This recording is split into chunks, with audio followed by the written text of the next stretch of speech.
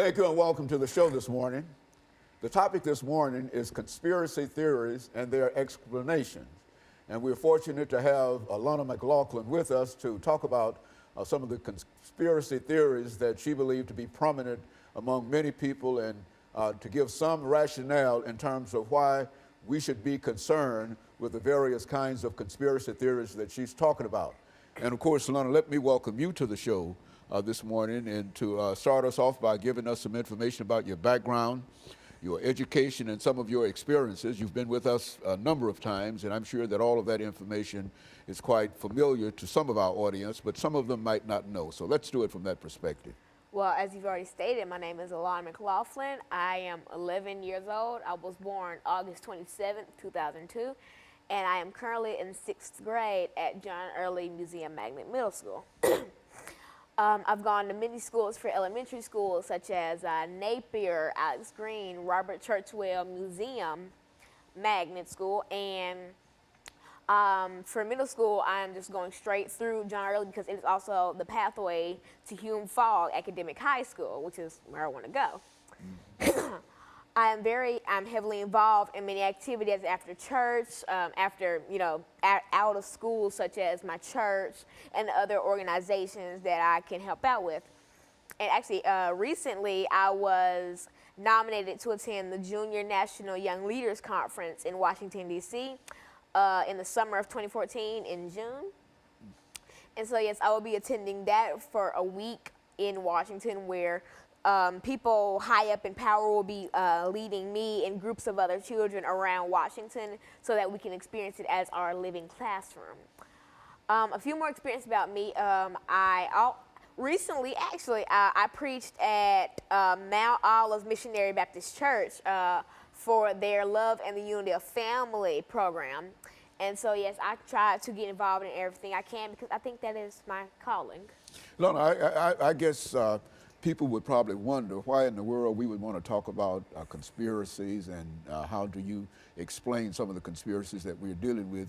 But what's your rationale in terms of dealing with this? And why don't you think in terms of the greatest conspiracy you know of, and that will give our audience an idea as to how far we think that we might be able to go in reference to dealing with these conspiracies. Talk about the greatest conspiracy that you know and some explanation in terms of that, and then we'll be able to sort of delve into various conspiracies.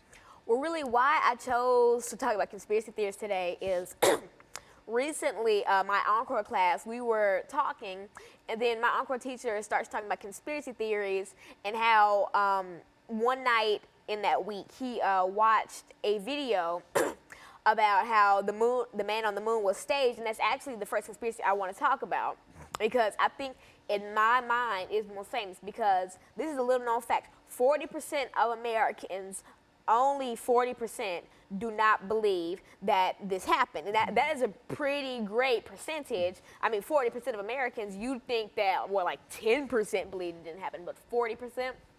Don't believe that a man walked up. Don't believe that it happened. And so I think that's a pretty big percentage. And so also, the man on the moon. So I watched a YouTube video and I've gone on various blogs and websites and even read official statements from NASA. And a lot of this didn't make sense to me. One thing is that, so I was going through pictures of Neil Armstrong on the moon, and then I saw something that made no sense to me. Okay, so there's no gravity on the moon. The American flag was waving, but there's no gravity on the moon. How would it wave? And also, the craters on the moon look eerily similar to the ones in Area 51, a place where nobody can go unless they're working there without getting shot down without a warning. Now, why would they block off this place to everybody, but just everything normal is going on there? Is there something they're trying to hide from us? Another reason why I think, well, I don't personally think that this never happened, but one reason why people think that this never happened is because I guess it was a few days before Neil Armstrong actually went on the moon. He flew a tester spaceship, which was 6 times smaller than the actual one he took up into space.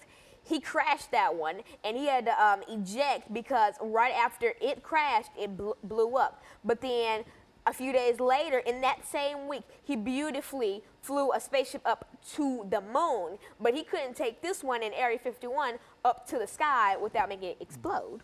And so, Lana, these are some of the conspiracies that you believe that our audience ought to be concerned about, and you trying to give some kind of explanation to them as to why they are conspiracies. And from what I understand, you've got a whole bag full of various conspiracies that somehow you've convinced me that we ought to talk about today on this show. And I think that you're doing a good job so far, and we're going to take our first commercial break, and we'll be back with our audience following this very, very short commercial break.